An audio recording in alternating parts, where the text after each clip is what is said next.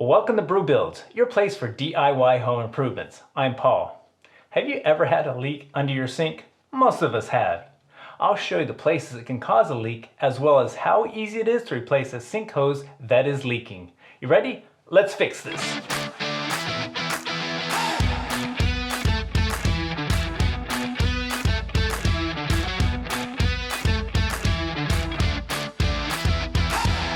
Have you ever noticed water under your kitchen or bathroom sink? There are a few places that can cause water to leak and drip. It will be either the pipes that bring the water in or the pipes that take the water out. Tools and items needed: a new sink faucet hose, an adjustable wrench, and a bucket. That's it.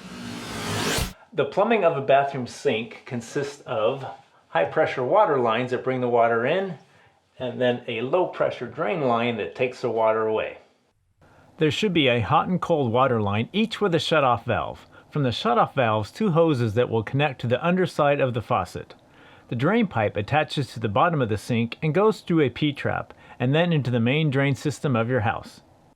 On the brew scale, technical ability, I rate between a beginner and a novice. You just need to know how plumbing fittings attach and be able to use a wrench. Physical ability, I rate as easy, as long as you can get yourself down under a sink. The first place I'll check is the drain pipe itself. It could be leaking anywhere along this pipe, but it will be dripping from this part of the elbow. You may need to run water down the sink to check if the drain pipe has a leak. If there is a leak, sometimes these connections just need to be tightened by hand. A P-trap is designed to be removed easily to clean out the drain if it is clogged, and sometimes these are just a bit too loose. If the drain line looks fine, then I'll check the hot and cold shutoff valve themselves. Sometimes an older valve will actually start leaking when you turn it off, and when you turn it back on, it'll stop leaking. But if that is the case, you probably want to look into replacing the valve itself anyways. I replaced these a little while back when I had to fix a copper line leak in this wall. After checking for leaks on the valves, check for leaks on the two hoses that come out of the valves and attach to the bottom of the faucet. You can see the cold water hose looks fine, but the hot water hose has some rust on it and you can see some water on it. So I'm going to replace this hose with a new one. Take a picture of the two ends so when you get to the hardware store and see all the different choices, you'll have a reference to exactly what you need. Getting the correct hose is probably the most challenging part of this project. There are quite a few options with different lengths and ends. And I usually find this section a mess, so you may have to dig a bit to find a match. I think this is the same. Of course, you could always remove the hose first and take it with you. Alright, let's give this one a try. These ends match, and this end matches. Cool. You don't need to shut off the main water to your house because you have a shutoff valve right at the sink. This is a quarter turn valve that turns clockwise to shut it off. Open the sink faucet to make sure that there is no pressure. Have a bucket handy because water will come out when you take the hose off. I'll do the bottom side first, that way I can help guide the water into the bucket. Turn the hose nut counterclockwise with an adjustable wrench.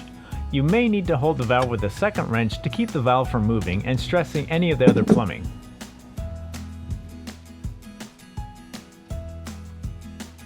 Since the sink faucet is closed, the water really won't drain out of the hose until you open it up. Just a little physics going on.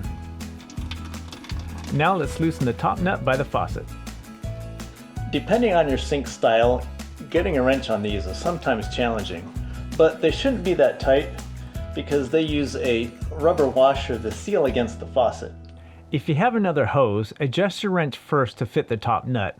That way you don't have to fiddle with it up behind the sink. After a few turns with the wrench, you should be able to remove it with your hand.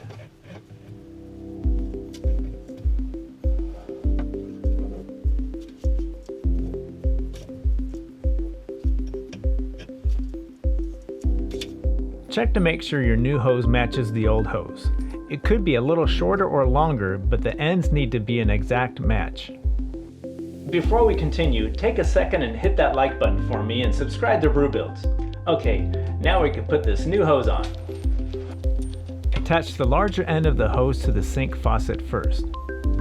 Tighten the nut as much as possible with your hand.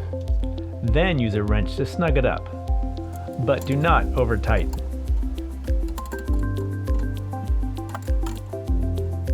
Now attach the other end of the hose to the valve. Hand tighten first, then use a wrench to slightly compress the rubber washer.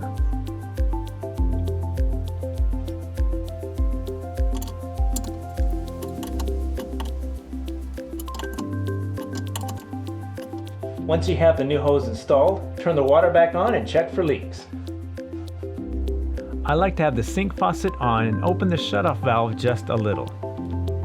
Air will come out with the water at first.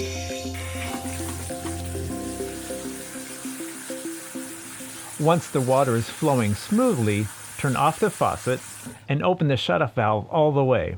Then check for leaks.